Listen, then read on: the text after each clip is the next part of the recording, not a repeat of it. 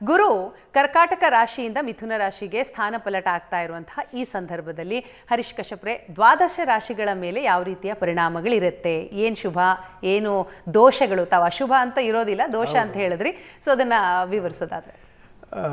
ಗುರುವಿನ ಬಲ ಅಂತನ್ನೋದು ಯಾರಿಗೆಲ್ಲ 1.5 ತಿಂಗಳ ಮುಂಚೆ ಇದೆ, ಮೇಷರಾಶಿಯವರಿಗೆ ಈಗ ಪುನಃ ಗುರುಬಲ ಇರೋದಿಲ್ಲ ಜೂನ್ವರೆಗೂ. ಆದರೆ ಶನಿಗೆ ಇರ್ತಕ್ಕಂತಹ ಒಂದು ದೃಷ್ಟಿಯೂ ಕೂಡ ತಪ್ಪಿರೋದ್ರಿಂದ, ವಕ್ರಿ ಶನಿಯು ಪರಿಹಾರ ಆಗಿರೋದ್ರಿಂದ ಮಾನಸಿಕವಾಗಿರ್ತಕ್ಕಂಥ ಸ್ವಲ್ಪ ನೆಮ್ಮದಿಯನ್ನು ಕಾಣ್ತಾರೆ. ಮತ್ತು ರಾಹುವಿನ ಏಕಾದಶ ಚಾರ ಫಲ ಇದ್ದೇ ಇದೆ. ಆದರೆ ಗುರುವಿನ ದೃಷ್ಟಿಯಿಂದ ಆ ರಾಹುವಿನ ಒಂದು ಏಕಾದಶದಲ್ಲೂ ರಾಹುವಿನ ಒಂದು ಬಾಧೆಗಳಿರ್ತದೆ, ಬಾಧೆಗಳಿರ್ತದೆ, ಅದು ಕೂಡ ಪರಿಹಾರ ಆಗ್ತಕ್ಕಂಥ ಪುನಃ ಕಂಟಿನ್ಯೂ ಆಗುತ್ತೆ. ಮೇಷರಾಶಿಯವರಿಗೆ ರಾಘವೇಂದ್ರ ಸ್ವಾಮಿಗಳ ಮತ್ತು ದತ್ತಾತ್ರೇಯನ ಸೇವೆ ದರ್ಶನ ವಿಶೇಷ ಫಲ ಮೇಷರಾಶಿಯವರಿಗೆ. ವೃಷಭ ರಾಶಿಯವರಿಗೆ ಪುನಃ ಗುರುಬಲ ಬಂದಿದೆ.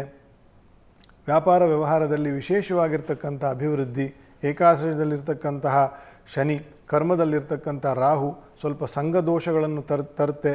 ಸ್ವಲ್ಪ ಹುಷಾರಾಗಿ ಇರಬೇಕು. ಚೆನ್ನಾಗಿದ್ದೀವಿ ಅಂತಂದ್ಬಿಟ್ಟು ಪೂರ್ತಿ ಪಲ್ಟಿ ಹೊಡೆಯೋರನ್ನು ನೋಡಿದ್ದೀವಿ ನಾವು, ತುಂಬ ಜನ.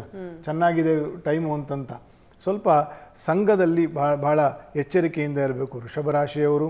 ಅದರ್ವೈಸ್ ಕುಜನ ಅನುಕೂಲ ಮತ್ತು ಶುಕ್ರನ ಅನುಕೂಲ ಕೂಡ ಇರತಕ್ಕಂತಹ ತಿಂಗಳು. ಶುಭ ಕಾರ್ಯಗಳಲ್ಲಿ ಕೂಡ ಸ್ವಲ್ಪ ಶುಕ್ರನ ಮತ್ತು ಕುಜನ ಅಡೆತಡೆಗಳು ಸ್ವಲ್ಪ ಸಮಸ್ಯೆಗಳು ತರಲಿಕ್ಕಿದೆ. ತಾಳ್ಮೆಯಿಂದ ಮುಂದುವರೆದು ದುರ್ಗಾದೇವಿಯ ಪ್ರಾರ್ಥನೆಯನ್ನು ಮಾಡಿ ವೃಷಭ ರಾಶಿಯವರು.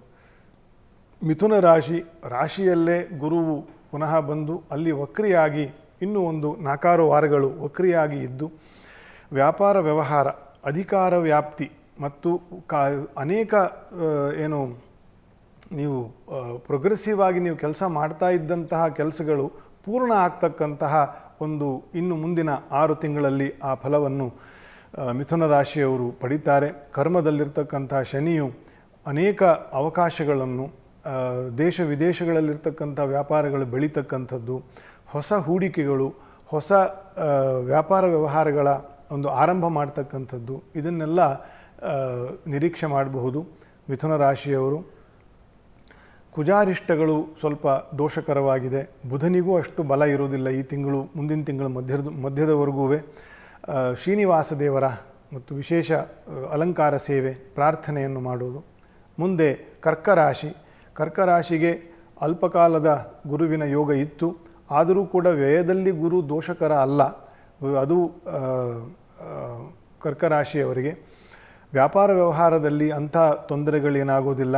ಸ್ವಲ್ಪ ಖರ್ಚು ವೆಚ್ಚಗಳು ಜಾಸ್ತಿ ಆದೀತು. ಸ್ತ್ರೀಯರಿಗೋಸ್ಕರ ಮಾಡ್ತಕ್ಕಂತಹ ಖರ್ಚು ವೆಚ್ಚಗಳ ಒಂದು ಕೆಲಸ, ವ್ಯಾಪಾರ ವ್ಯವಹಾರಗಳು ಜಾಸ್ತಿ ಆಗ್ತದೆ.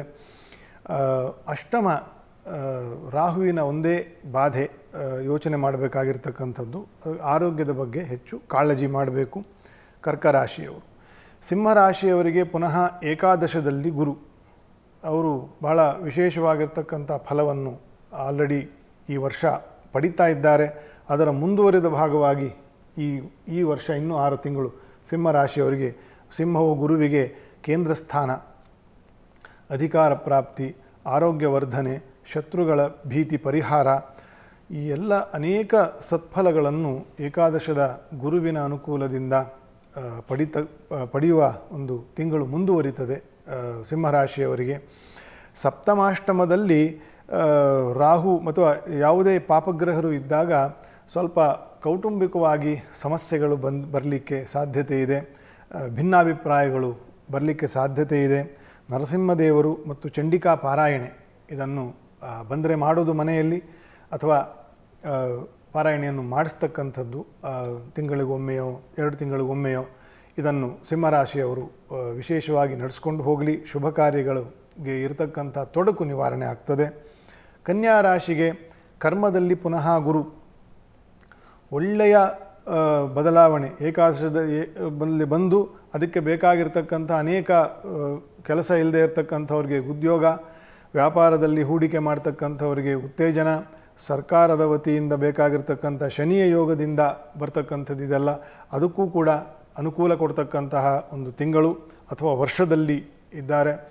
ಈಗ ಪುನಃ ಕರ್ಮದಲ್ಲಿ ಗುರು ಹೋಗಿರೋದ್ರಿಂದ the work life will be much better, ಅದು ಹೆಚ್ಚು ಸ್ಥಿರವಾಗಿರ್ತದೆ 4 ವರ್ಷಗಳು. ಆ ರೀತಿ ಗುರುಬಲ ಇಲ್ಲ ಅಂತಂತಂದರೆ ಗುರುಬಲ ಇದ್ದ ಸಮಯದಲ್ಲಿ ಏನು ಏಳಿಗೆ ಇದೆ ಅದು ಹೆಚ್ಚು ಕಾಲ ಸಮಯಕ್ಕೆ ಬರ್ತದೆ. ಮುಂದಿನ ವರ್ಷ ಗುರುಬಲ ಇದೆಯೋ ಇಲ್ವೋ ಅಂತ ಚಿಂತೆ ಮಾಡೋದು ಬೇಡ. ಈಗ ಇರೋದನ್ನು ಏನೇನೆಲ್ಲ ಪರಿಶ್ರಮ ಹಾಕಿದ್ದೀವಿ ಅದು 4 ವರ್ಷ ಒಳ್ಳೇದಾಗ್ತದೆ ನಮಗೆ. ಆ ರೀತಿ ಅರ್ಥ ಮಾಡ್ಕೋಬೇಕು. ನರಸಿಂಹದೇವರ ಆರಾಧನೆಯನ್ನು ಕನ್ಯಾ ರಾಶಿಯವರು ವಿಶೇಷವಾಗಿ ನಡೆಸ್ಕೊಳ್ತಕ್ಕಂಥದ್ದು. ಇನ್ನು ತುಲಾರಾಶಿಗೆ 9ನೇ ಗುರುವಿನ ದೃಷ್ಟಿಯೂ ಉಂಟು, ಶನಿಯ ಬಾಧೆಯೂ ಇಲ್ಲ, ವ್ಯಾಪಾರ ವ್ಯವಹಾರಗಳು ಚೆನ್ನಾಗಿರ್ತದೆ. ಬೋಧಕ ವೃತ್ತಿಯವರಿಗೆ, ಟೀಚಿಂಗ್ನಲ್ಲಿರ್ತಕ್ಕಂಥವ್ರಿಗೆ, ತಂತ್ರಜ್ಞಾನವನ್ನು ಆಶ್ರಯಿಸ್ಕೊಂಡಿರ್ತಕ್ಕಂಥವ್ರಿಗೆ ಅವರಿಗೆಲ್ಲ ಏಳಿಗೆಯ ಕಾಲ. ವೃಶ್ಚಿಕ ರಾಶಿಯವರಿಗೆ ಸ್ವಲ್ಪ ಇನ್ನು 6 ತಿಂಗಳು ಸ್ವಲ್ಪ ವೆಯ್ಟ್ ಮಾಡಬೇಕಾಗುತ್ತೆ. ಗುರುವಿನ ಬಲ ಇಲ್ಲ, ಪಂಚಮ ಶನಿ ಉಂಟು, ಚತುರ್ಥದಲ್ಲಿ ರಾಹು, ಇದೆಲ್ಲ ಕಂಟಿನ್ಯೂ ಆಗುತ್ತೆ ಈ ದೋಷಗಳು.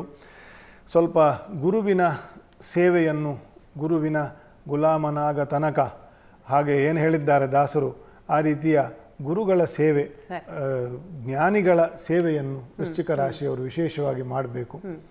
ಧನುರ್ರಾಶಿಗೆ ಪುನಃ 7ನೇ ಮನೆಯ ಗುರು, ಒಳ್ಳೆಯ ಕಾಲ, ಒಳ್ಳೆಯ ಅಭಿವೃದ್ಧಿಯ ಕಾಲ, ಅವ್ರಿಗೂ ಗುರುಬಲ ಉಂಟು. ಇನ್ನು ಮಕರ ರಾಶಿಗೆ ತಾತ್ಕಾಲಿಕವಾಗಿ ಶುಭ ಕಾರ್ಯಗಳು ಆಗಿ ಸ್ವಲ್ಪ ವಿಳಂಬ ಆಗ್ತಕ್ಕಂತಹ ದಿನಗಳು ಇರ್ತದೆ. ಶುಭ ಕಾರ್ಯಗಳಲ್ಲಿ ಗುರುಬಲ ಇರೋದಿಲ್ಲ, ಆದರೆ ಶನಿಯ ಮತ್ತು ರಾಹುವಿನ ಅನುಕೂಲ ಉಂಟು, ಸರಿ ಆಗ್ತದೆ. ಆದರೂ ತಾಳ್ಮೆ ತುಂಬ ಬೇಕು ಮಕರ ರಾಶಿಯವರಿಗೆ. ಕುಂಭರಾಶಿ ಗುರುವಿನ ಪಂಚಮ ಅನುಕೂಲ, 1.5 ತಿಂಗಳಿನ ಒತ್ತಡಗಳು ಪರಿಹಾರ ಆಗ್ತದೆ ಕುಂಭರಾಶಿಯವರಿಗೆ. ಕೊನೆಯದಾಗಿ ಮೀನರಾಶಿಗೆ ಚತುರ್ಥ ಗುರು, ಒಳ್ಳೆಯ ಯೋಗ, ಚತುರ್ಥದಲ್ಲಿ ಪಂಚಮ ಅಂದರೆ ಉಚ್ಚಕ್ಕೆ ಹೋಗ್ತಾ ಇರತಕ್ಕಂತಹ ಗುರುವಿನ ಅನುಕೂಲ, ಅದು ಕೂಡ ಗುರು ಬಲದ ಲೆಕ್ಕದಲ್ಲೇ ಬರ್ತದೆ ಮೀನರಾಶಿಯವರಿಗೆ. ಸಮಯದ ಅಭಾವ ಇರೋದ್ರಿಂದಾಗಿ ಚುಟುಕಾಗಿ ಹೇಳಬೇಕಾದಂತಹ ಒಂದು ಸಂದರ್ಭ. ಡಿಸೆಂಬರ್ ಮಾಸ ಭವಿಷ್ಯವನ್ನು ಕೂಡ ತಾವೀಗಾಗಲೇ ಹೇಳಿದಿರಿ, ಅದರಲ್ಲಿ ಚೆಕ್ ಮಾಡಬಹುದು. ಹೌದು, ಸಾಕಷ್ಟು ವಿಚಾರವನ್ನ ತಿಳಿಸ್ಕೊಟ್ಟಿದ್ದೀರಿ ಹರೀಶ್ ಕಶ್ಯಪ್ ಅವರೇ, ತುಂಬಾ ಧನ್ಯವಾದಗಳು. ಎಲ್ಲರಿಗೂ ಒಳ್ಳೆಯದಾಗಿ.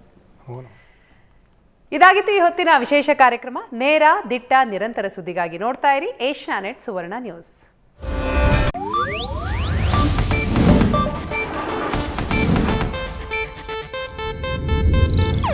ಇದು ಏಷ್ಯಾನೆಟ್ ನ್ಯೂಸ್ ನೆಟ್ವರ್ಕ್ ಪ್ರಸ್ತುತಿ.